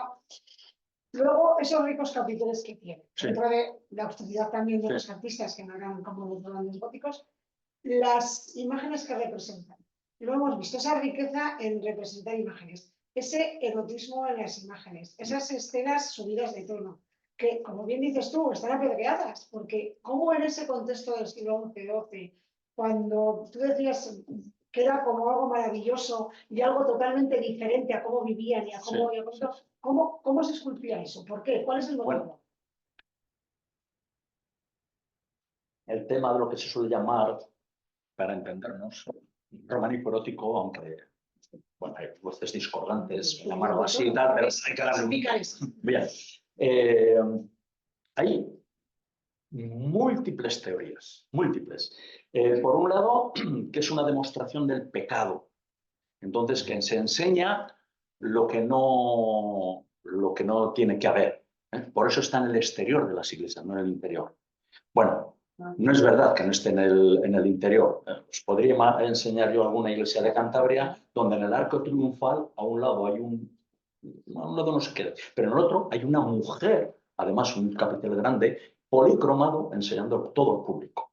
O sea, en el arco triunfal. En Santillana del Mar, que es un gran edificio, también hay este tipo de representaciones. O sea, están en el interior.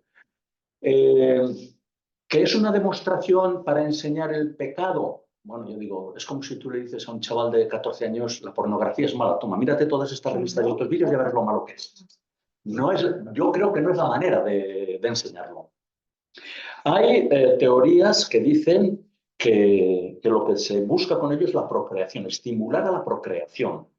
Tampoco a mí me convence esa teoría porque en realidad no se necesitaba estimular a la procreación. El problema es que de cada 10 niños que nacían, sobrevivían 2. O sea, no, la mujer estaba permanentemente embarazada y muchas morían también de parto, de sobreparto, ¿no?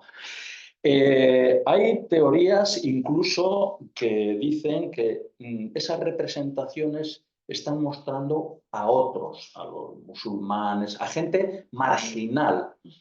Yo no sé en cómo se nota mucho esa diferencia. Sí que hay, por ejemplo, un caso con Segovia, donde es un rústico, y los rústicos ya sabemos que tienen toda la mala fama.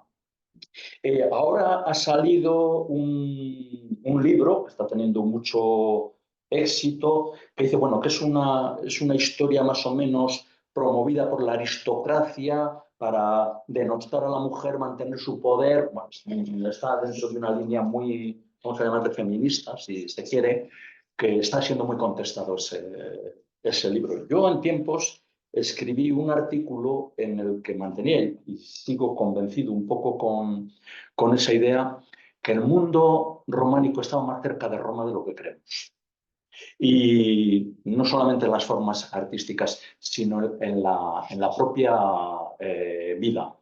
El sexo no era una cosa privada. Viviendo en una cabaña, en una habitación, que donde estaba toda la familia, no hay lugar para ocultar. Cuando ya en las casas góticas empieza a haber habitaciones, empieza a ser una cosa más privada. Luego, el mundo, digamos, de la reforma y de la contrarreforma son muy pacatas. Y estos canecillos que vemos mutilados se han mutilado en el siglo XVIII, siglo XIX, incluso en el siglo XX. El desnudo no era una cosa, por mucho que los padres de la Iglesia o los grandes escritores lo condenen. Yo en el artículo ese que escribí empezaba poniendo un poema totalmente soez, de un juglar, pero ese juglar era el duque de Aquitania, uno de los políticos más importantes de su época y uno de los económicos más grandes de su época. No nos imaginamos ahora, bueno, igual alguno ya sí que en los tiempos que corren, pero no nos imaginamos ahora a uno de los grandes políticos a nivel mundial publicando un libro o escribiendo canciones de ese tipo, ¿no? No nos lo imaginamos. ¿Y por qué ese era capaz de...? Bueno, ya digo que poco igual sí que nos vamos haciendo. Pero, ¿por qué en esa época ocurre todo esto? Yo creo que formaba parte de lo natural. Entonces, ellos representan música. Es verdad que está muy vinculado al mundo de la música, que también lo denosta la Iglesia, pero acaba representándose en todos los sitios. Y la Iglesia hace música. Y el rey Alfonso X, escribe canciones de carácter lúdico. Pero bueno, cuando vemos la letra de los Carmina Burana, que es de esa época, también son canciones tabernarias. Es decir, existe de todo. Y yo creo que para mí esos son los últimos coletazos casi del mundo antiguo. Hay que mirar mucho más, hay que leer mucho más. Hay un libro escrito por una italiana, una cosa que llaman el Risus Pascalis. El Risus Pascalis era en la iglesia, el día de Pascua de Resurrección, provocar la alegría y la risa de la gente. Cristo había resucitado y era lo más grande. Y hay datos de que los clérigos contaban chistes verdes e incluso en algún caso llegaban a masturbarse en público para hacer jolgorio. Eso por lo menos lo escribió no me acuerdo la verdad cómo se llama, una autora italiana, este libro está publicado en español, se llama Risus Pascalis. Y había intelectuales que lo denostaban y había intelectuales que lo defendían. Es uno de los grandes debates del románico, pero muchas veces si hay un elemento, el románico tiene una virtud, la que me parece a mí encantadora y es lo que le gusta a todo el mundo. Tú ves algo y puedes decir lo que se te ocurra. Es verdaderamente lo que se te ocurra. Aparece un león. Un león tiene las connotaciones que quieras. Cuando un león hemos visto que se está comiendo un personaje, es un león malvado, ¿o no? Igual el malvado es el tipo. Cuando están a la entrada de las iglesias, en las mochetas o en los dinteles, están protegiendo la entrada a la iglesia. El propio David, y de la estirpe de David es Cristo, es el león de Judá. O sea, pero cuando un león está agrediendo, ¿cómo diferencias cuando hay un león solo? ¿Qué es? ¿Qué significado tiene?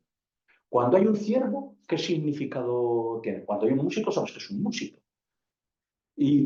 Pero la música es pecaminosa, toda la música es pecaminosa. Pues en nuestra sociedad también hay gente que ve el jolgorio como algo, aunque sea sano, como algo pecador, porque había que estar siempre metido en casa, y hay otros que lo ven como algo relajante.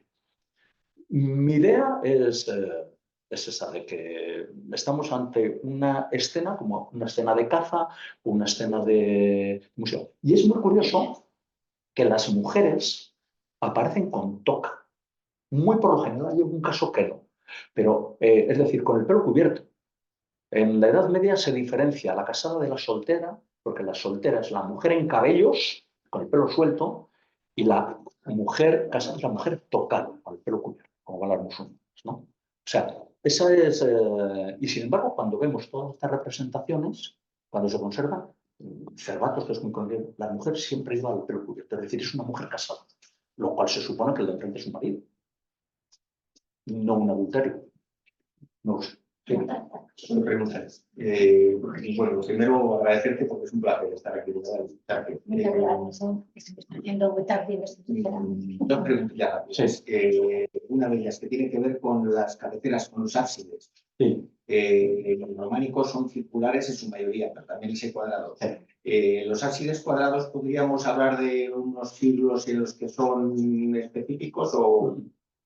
No exactamente. Los hay, por ejemplo, la segunda diapositiva que he puesto, Peralba Castro, ese es un edificio que está muy vinculado a la decoración escultórica a Rebolledo de la Torre. Prácticamente son los mismos artífices que trabajan en Rebolledo de la Torre los que trabajan en Albacastro. Muchas veces se dice, bueno, Juan de Piasca. Juan de Piasca sería el maestro de obra. Hay que imaginarle trabajando él igual, controlaba y llevaría operarios, igual él les marcaba lo que tenían que hacer, pero no hay que pensar que fuera él que lo estaba haciendo igual físicamente. Estamos hablando de 1186, finales, todavía el románico hasta 1220 aguanta bien, ¿no? Hay algunos edificios que están un poco ahí en ese mundo de transición del prerrománico al románico. Uno es San Miguel de Gormaz. San Miguel de Gormaz para mí está hecho prácticamente, podría ser hacia 1160, por una cuestión también de explicaciones geopolíticas, si se quiere, ¿no? San Baudelio de Berlanga, incluso el edificio este que está ahí en el embalse de cerca de Gama, Linares, sí. El pueblo tampoco me sale. La ermita de Madreruelo, ¿no? Son edificios que están ahí muy en esa época y sí que el mundo prerrománico es de tradición de ábsides cuadrados, pero los podemos encontrar en cualquier momento. Luego el mundo gótico, en el mundo rural, también vuelve, las grandes catedrales son poligonales, pero el mundo rural vuelve al ábside gótico cuadrado y muy sencillo. El mundo románico fundamentalmente es absidado porque se inspira en la Basílica Romana. La Basílica Romana es el lugar, ¿no? Ya sabéis que lo clásico, el lugar de culto es el templo, además lo que se hace en procesión, el lugar, no se hacen oficios dentro del templo. El lugar de reunión es la basílica. Si queréis ver una basílica en Clunia, la hay, quedan los cimientos, limitando el foro por el lado norte. Es un espacio rectangular, con una puerta que se abre hacia la plaza, hacia el foro, varias puertas. Suele estar dividida en tres naves separadas por columnas y al fondo del todo hay un pequeño ábside. Y delante del ábside está el estrado del magistrado. Digamos, cuando vamos al mundo italiano, de Cerdeña y por ahí, vemos que los edificios románicos son calcados a las basílicas romanas. Se desarrolla más el ábside, pero en las basílicas romanas también es un ábside semicircular, más pequeñito, pero también es así. Y eso es lo que imita. Quería hacerte una segunda pregunta.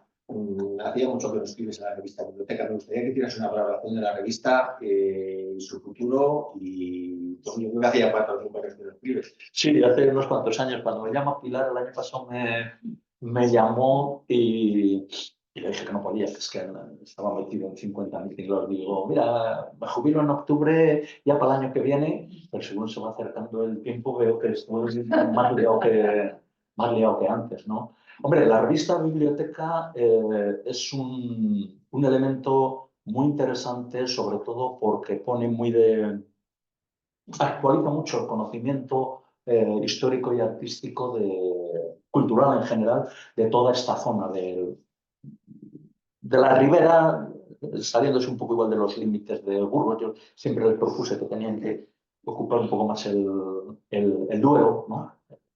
Es un gran río, es un gran camino. Y bueno, pues yo creo que tiene una ventaja, está muy bien editado. La gente que participa es gente, yo creo que de mucha valía, y está puesto en internet todo.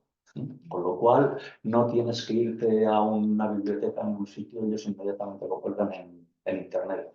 No sé si algún día volveré a participar, o alguna vez lo he pensado, digo, como me vuelvo a llamar Pilar, digo, no sé de sobre qué escribir, ¿eh? Porque yo en la ribera del Duero tampoco he trabajado tanto aquí, y hay cosas que pueden ser muy interesantes. Por ejemplo, pues eso, todo el tema de la población medieval, es como la repoblación, los caminos, los castillos, todo ese tema es muy interesante.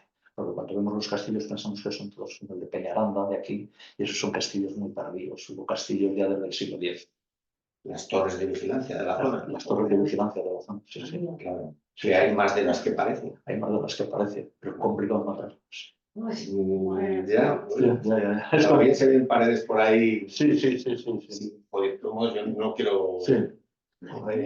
Seguir, pero quiero decir que ves paredes por ahí, como por ejemplo la de San Félix en el Yorno o Valdevacas, que es que apuntan todo a... O sea, no las conozco. Por ejemplo, hay una en Corcos que se supone que podía ser de un páramo de Corcos, pero yo creo que es más bien de una iglesia del pueblo de Corcos, que existió algo así.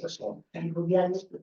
Sí, en Rubiales, sí, hombre, fue saqueado por Abdel Malik, el hijo de Almanzores. Esa está bien. Sí. Más cosas. Tu casa no hay preguntas en casa, ¿no? A ver si tiene alguna pregunta. Bueno, si hay alguien, no sé, quiere hacer alguna pregunta Te voy haciendo otra. de los ausentes. ¿Tú has visitado todos los pueblos de la zona para saber si hay algo románico o no, por ejemplo? Yo cuando estuve haciendo la enciclopedia del románico, en Burgos participamos varios. Yo, pues bueno, por origen me centré bastante en la ribera, ¿no? Entonces, a ver, yo me he recorrido muchos pueblos, he encontrado muchas cosas. Hablaba antes de un canecillo en Oquillas, restos igual de algún arco en alguna iglesia. Recuerdo, por ejemplo, en Pinilla Trasmonte, lo que queda de los restos de la ermita de San Pedro, que era la iglesia de un pueblo que se llamó San Pedro de Mercadillo. Yo he llegado a ver, aunque luego se perdió, pero yo he llegado a ver, porque pescaban en Pinilla Trasmonte, un ajedrezado ahí en esa... claro, lo único que queda ahí es mi testimonio. Es verdad, el pueblo existía en esa época, pero yo lo he visto, ese trozo. Es posible que haya ermitas por ahí, que haya sitios que... Por ejemplo, yo por ahí una zona que hay unos pocos canecillos, pero eso no figura. Los canecillos hay que tener también cuidado, porque sí, muchas veces nos dejamos arrastrar por eso. En época gótica lo siguen haciendo, ¿eh? Lo siguen haciendo. Suelen tener un formato más achaparrado, lo de época gótica. Lo que pasa es que muchas veces ante la duda, cuando nosotros hicimos la enciclopedia, dijimos, pues antes de que permanezcan desconocidos, haciendo esa valoración, vamos a considerar la posibilidad de que también pudieran ser románicos. Algunos se reutilizan.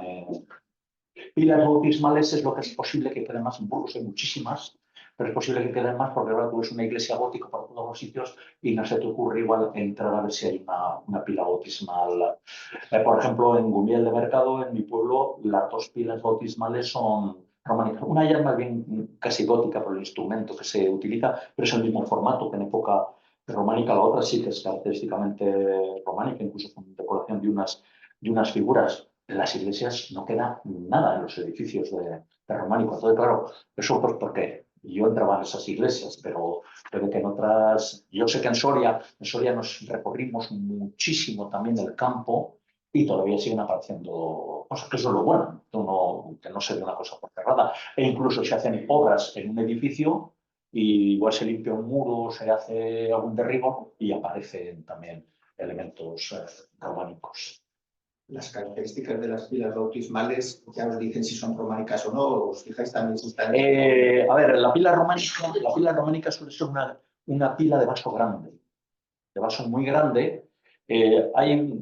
A veces están decoradas, otras veces no. Por ejemplo, la que es troncocónica, aunque no tenga decoración, característicamente románica. A veces se nota mucho porque solamente tiene un bocel, es decir, un cilindro recorriendo todo el borde. Yo las puedo reconocer por el instrumento de talla. A veces están erosionadas y no es complicado.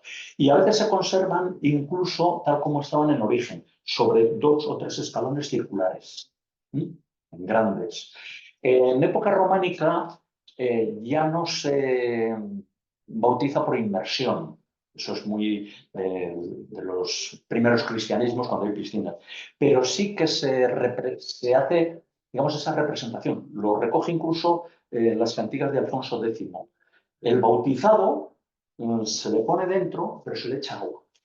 Pero es como la inmersión en la piscina, en el Jordán, por decirlo de alguna manera. Luego ya no. Luego ya, pues al final habrá una pileta así para ponerle al niño y echarle un poquito de agua es suficiente, ¿no? Pero entonces sí, se ven las cantigas de Alfonso X, que son personajes adultos, normalmente judíos que se bautizan, se meten, aparecen siempre metidos dentro de la pila, porque tienen que ser unas pilas muy grandes. Yo quería hacer solamente una apreciación y es que tengamos en cuenta que hay muchas más cosas que a día de hoy no vemos. ¿Por qué? Pues porque hay edificios que han sido completamente arrastrados. Sí. Y si no se ha producido una excavación arqueológica, pues es imposible sacarlos a la luz. Y para eso podemos tener en cuenta la toponimia de los lugares. Por ejemplo, en Caleruega tenemos el lugar denominado de San Mamés, que hace unos años efectivamente apareció una ermita que se supone dedicada a San Mamés, con su tumba, con su ermitaño, con sus silos, y que posiblemente por la datación sería románica, lo que pasa es que está totalmente arrastrada. Tenemos otro yacimiento un poco más antiguo, la Pudia, también en Caleruega, donde lo que se conserva de lo que debió de ser el pueblo, probablemente en torno al siglo X, es simplemente una estructura cuadrangular con un pequeño ábside que se ha interpretado como la iglesia. El resto son 3 cabañas que solamente se conservan 4 piedras de una base, de una cimentación en la que irían palos y paja. Y esa iglesia también sería así, de madera y de elementos que están perdidos. Entonces, en mi pueblo, por ejemplo, está el Hoyo del Santo. Pues el Hoyo del Santo tuvo una ermita y en su momento existió. A día de hoy yo solamente tengo el testimonio de 2 señores muy mayores que recordaban que ese edificio estaba ahí y que ellos lo desmontaron para aprovechar las piedras ya a mediados del siglo XX. Desconocemos el estilo, etc. Entonces, muchas veces, fijaros en la toponimia, que os va a dar muchas pistas a la hora de descubrir. Hay además una cuestión al respecto. Los santos también han tenido modas. Entonces, si nos encontramos un pago que se llama San Pedro, bueno, puede ser de cualquier época. Si nos encontramos un pago en una toponimia que se llama San Roque, probablemente sea de finales del 15, principios del 16, por un tema de las pestes. Es decir, no sea una iglesia medieval. En un sitio como San Mamés, si nos encontramos un sitio que se llama Santa Cecilia, Santa Leocadia, San Quirico, todos estos santos son muy antiguos. San Esteban, San Martín. Las modas han ido cambiando. Ahora, incluso hay iglesias que han cambiado de nombre. Cuando nos encontramos por ahí la Asunción, la iglesia de la Asunción, la iglesia de la Inmaculada Concepción, esas son denominaciones modernas de iglesias que seguramente se llaman Santa María. Simplemente, ni más ni menos. Pero claro, yo lo que he estado viendo por aquí, San Quirico y Santa Julita, San Esteban, San Miguel es un santo de muchísima tradición antigua. No digamos San Pantaleón, a nadie se le ocurriera hacer un edificio en un barrio y dedicar la iglesia a San Pantaleón. Ahora son todas de Fátima, de Lourdes o de Nuestra Señora de no sé qué, ¿no? San Salvador es otra advocación antigua que no ha perdurado. Entonces, los topónimos nos dan también ese tipo de referencia. ¿Pero dónde podemos consultar eso? Yo tengo, por ejemplo, un término que se llama San Martín y otro San Lázaro. ¿Y eso qué? ¿Dónde consulto yo? Claro, San Lázaro lo más posible es que pudiera haber o alguna cruz de término, porque eso está relacionado con la lepra.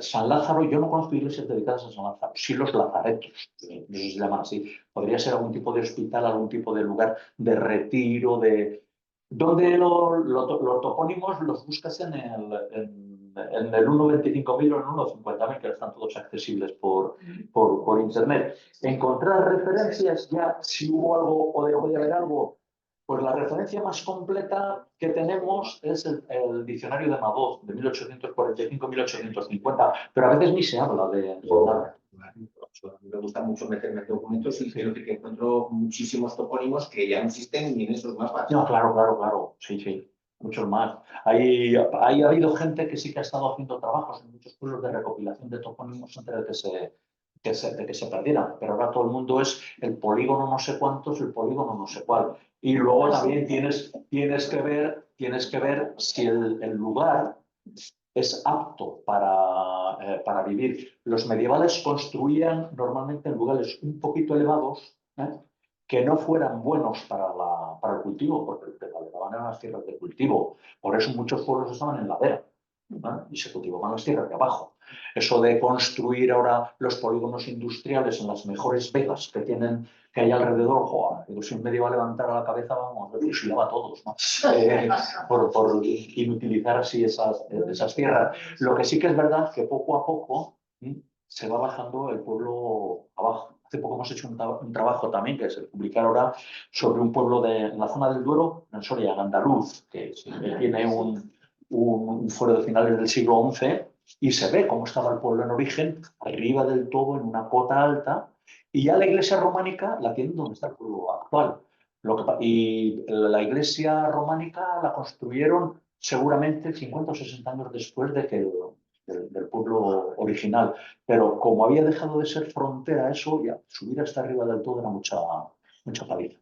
Mira, a raíz de lo que estás diciendo, hay una pregunta Sí. sobre el paisaje, si quieres. Sí, Dice, Elena dice, yo quería preguntar cómo puede afectar la transformación del paisaje, por ejemplo, con las energías renovables, a la conservación y puesta en valor del románico. bueno, esa es la gran pelea que tenemos. Cuando vemos, yo tengo fotografías del norte de la provincia, de una iglesita románica que todos los horizontes son esos mastodontes, pues ese valor paisajístico que tiene desaparece. No es lo mismo tener... a ver, a todos nos gusta ir a un parque natural porque está bien conservado, pero parece que si no es parque natural podemos hacer lo que sea con el resto. No es así. No es así. Yo creo que hay que tratar de conservar los valores que tienen. Bueno, el tema de las energías renovables, yo también ando muy metido en esa historia, en contra de la afección que tienen al patrimonio cultural y natural. Creo que lo primero que hay que hacer es una ordenación del territorio. Yo formo parte de la Comisión de los Caminos de Santiago de Castilla y León, de la Junta de Castilla y León. Claro, cuando se plantea la conservación del paisaje y, por ejemplo, se habla de que haya un control de las construcciones hasta 500 metros, me parece que es, no recuerdo muy bien, pero creo que es hasta 500 metros del camino, 230 metros de altura que tienen los aerogeneradores o los cientos de hectáreas que se pueden montar, por mucho que lo estés montando a 500 metros, te estás comiendo el camino.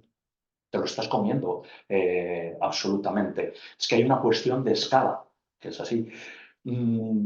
¿Se puede conservar todo? Yo creo que sí.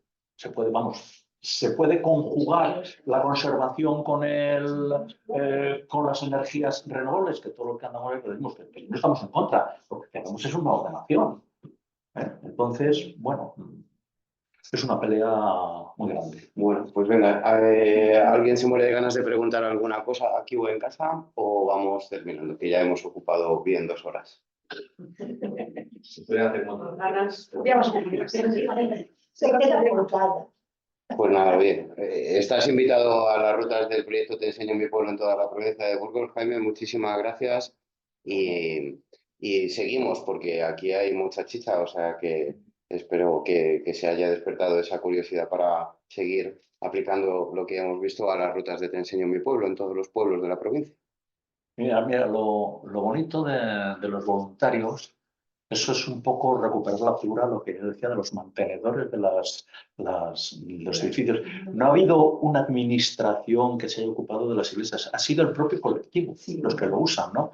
Entonces, que alguien esté orgulloso de enseñar su pueblo y que otros estén orgullosos de ir a conocer los pequeños pueblos, pues me parece que tiene mucho encanto. La primera ruta que se hizo en Humilde Mercado lo hice yo. Pero lo que pasa es que yo no puedo estar 200 kilómetros yendo y viniendo. Y ahora está ahí Paulino bueno, que lo hace muy bien y que, vamos, tiene a la gente allí 3 horas por lo menos, que tiene mucho que explicar, o 4 horas, tiene mucho que explicar, pero sí, porque todavía yo creo que no vamos a la Ventosilla, que es interesante. Sí, claro. Muy bien, sí. Vale. Venga, pues muchas gracias. Venga, Discúlpame que